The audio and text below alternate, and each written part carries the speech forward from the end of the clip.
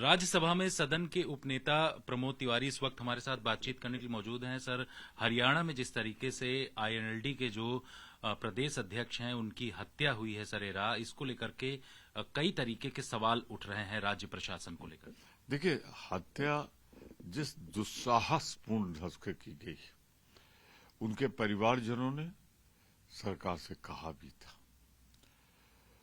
उसके बावजूद एक व्यक्ति जो 2 बार विधायक रहा है, जो एक पार्टी का प्रदेश अध्यक्ष था, उसे सुरक्षा नहीं मुहैया कराई गई। जिस ढंग से आके उनको 50 गोलियां मारी गईं, 2 लोगों की मौत हो गई, टफे सिंह जी और उनके एक साथी की, वो दिखाता कि भारतीय जनता पार्टी की कानून व्यवस्था हरियाणा में रही नहीं गई। हाँ, कायरतापूर्वक ढंग से किसानों पर तो गोलियां चला सकती हरियाणा सरकार, पर 2 बार के विधायक और एक प्रदेश अध्यक्ष की जान की सुरक्षा नहीं कर सकती। जिस ढंग से हत्या हुई वो बताता है कि हरियाणा में कानून व्यवस्था नाम की कोई चीज ही नहीं रह गई है। यही हाल दिल्ली का है, यही हरियाणा का। बताया जा रहा है कि उनके परिवार की तरफ से या उनकी तरफ से सुरक्षा की भी मांग की गई थी, लेकिन सुरक्षा मुहैया नहीं कराई गई।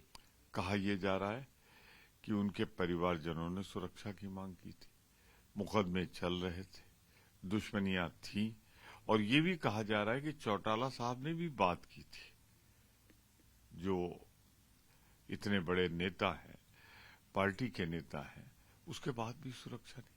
और सुरक्षा के अलावा जो हिला देता है किसी आदमी को, वो है जिस ढंग से सरेराह सड़क पर गोलियां बरसाई गई और ये सुनिश्चित किया गया कि जब तक उनकी हत्या न हो जाए, कहीं जीवित न बचे, तब तक गोलियां उन पर चलाई गई। उनके एक साथी की भी हत्या की गई। ये सीधे सीधे बताता है कि हरियाणा में प्रशासन नाम की कोई चीज ही नहीं रह गई है।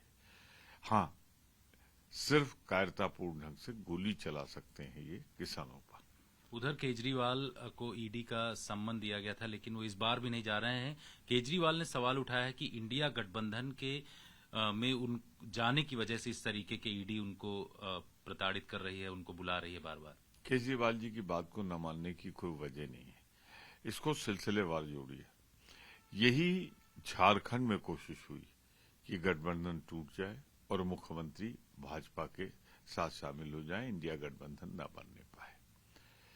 यही कोशिश महाराष्ट्र में हुई, धमकी दी गई, वहां उन लोगों ने घुटने टेक दिए, चले गए अजीत पवार जी और उनके तमाम साथी। वही कोशिश अब केजरीवाल जी के साथ आरोप लगा रहे हैं केजरीवाल जी।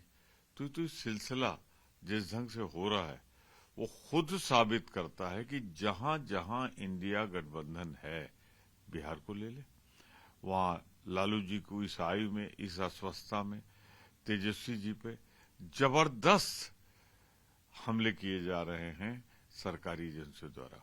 इतना नग्न तांडव, तो ऐसा लगता है जैसे देश में आपातकाल लागू हो गया। आपको लगता है कि जिस तरीके से इंडिया गठबंधन आगे बढ़ रहा है, कांग्रेस, समाजवादी पार्टी, इसके अलावा अन्य पार्टियों के साथ गठबंधन हो रहा है, उसकी वजह से ये सब एक्शन हो रहा है? देखिए, भारतीय जनता पार्टी का इंटरनल सर्वे कह रहा है कि 200 के पार नहीं जा रहा है।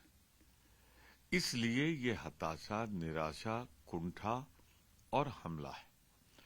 कल मैंने जो जनसैलाब देखा है आगरा में, राहुल जी और अखिलेश जी की मीटिंग में, हर जात, हर धर्म, हर संप्रदाय के लोग सड़कें भर दी थी। जिस तरह संख्या छोड़िए, जिस तरह लोगों में उत्साह था, गरीब तबका चिल्ला के कह रहा है महंगाई मारे डाल रही है। दूसरे लोग, बच्चे कह रहे थे बेरोजगार हैं, पर्चा लीक पे कार्रवाई हुई, लेकिन कल भी पर्चा लीक की गूंज थी कि ये जानबूझ के कराया गया जिससे रोजगार न देना पड़े।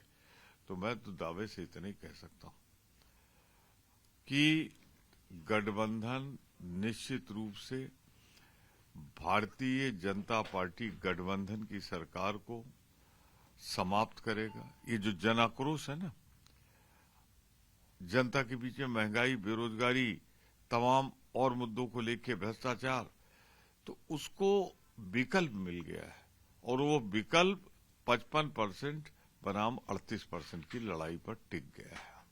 शुक्रिया सर। कैमरामैन अंकित जैन के साथ जितेंद्र सिंह, आज तक।